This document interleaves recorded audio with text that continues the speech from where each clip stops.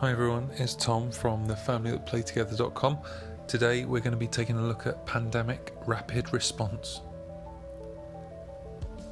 Recognising the overwhelming threat that natural disasters pose to humanity, the nations of the world have taken action and created the Crisis Response Unit, an elite team of doctors and specialists. With a specially equipped plane allowing you to prepare life-saving supplies in flight, you are uniquely capable of providing first response relief to cities around the world. Pandemic rapid response is a race against time. You must take your turns as quickly as possible, rolling dice and using them to create supplies and make deliveries to cities in need. New disasters will keep occurring while the timer is counting down, so you and your teammates must quickly coordinate and work together to complete your mission. If anyone's played Pandemic before, you won't really know what to expect from this.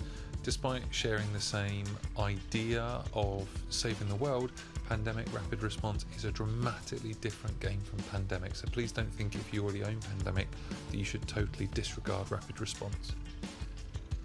Rapid Response is an intensely fast-paced, stressful dice rolling game. Dice rolling, dice drafting.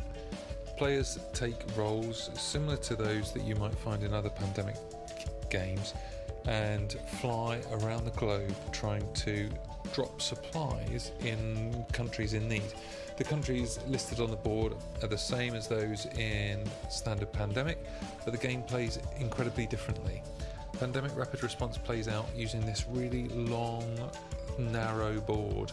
The board represents the plane that you and the other players are currently working on. It's a cooperative game and players take pawns that they move around the board, activating different abilities in rooms to create supplies, flying to cities to then drop those supplies into the cities. Players move around the board creating food, medicine, water, energy supplies, all different sorts of things, and they do this by rolling dice. If you like rolling dice incredibly quickly, Rapid Response is a really good game for you. On your turn, you roll dice, you glance at them, make decisions, often move dice from in front of you on the table onto the board to indicate that you are creating supplies, and then re-roll. Move dice around as best you can, next player. And the whole idea of Rapid Response is that you play incredibly quickly. This is not a game for chilling out, relaxing in the evening. Rapid Response can be surprisingly stressful as the sand timer is constantly running down and you've got so many different things that you need to achieve at any one time.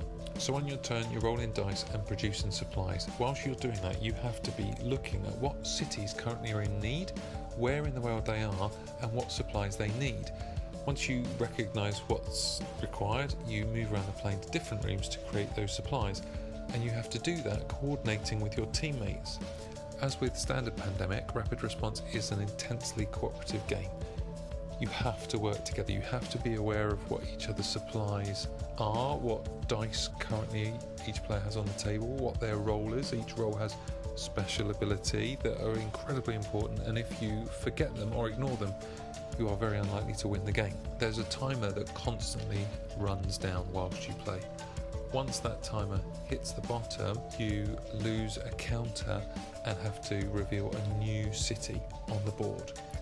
If at any point the sand timer runs out and you have no more counters, the game is over. In creating supplies, players also create waste, and managing that waste is an important aspect of Rapid Response.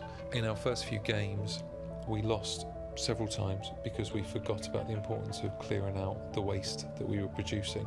We were so busy trying to create supplies, fly around the world, drop supplies, we forgot about the waste, and if the waste gets up to 11, it's game over. Pandemic Rapid Response is a very good game, but it's not a relaxing game. My wife and I generally play games in the evening to have some fun together and to relax after a busy day at work. Pandemic Rapid Response, though fun, is not a go-to game to relax in the evening. It's too intense, there's too much to do.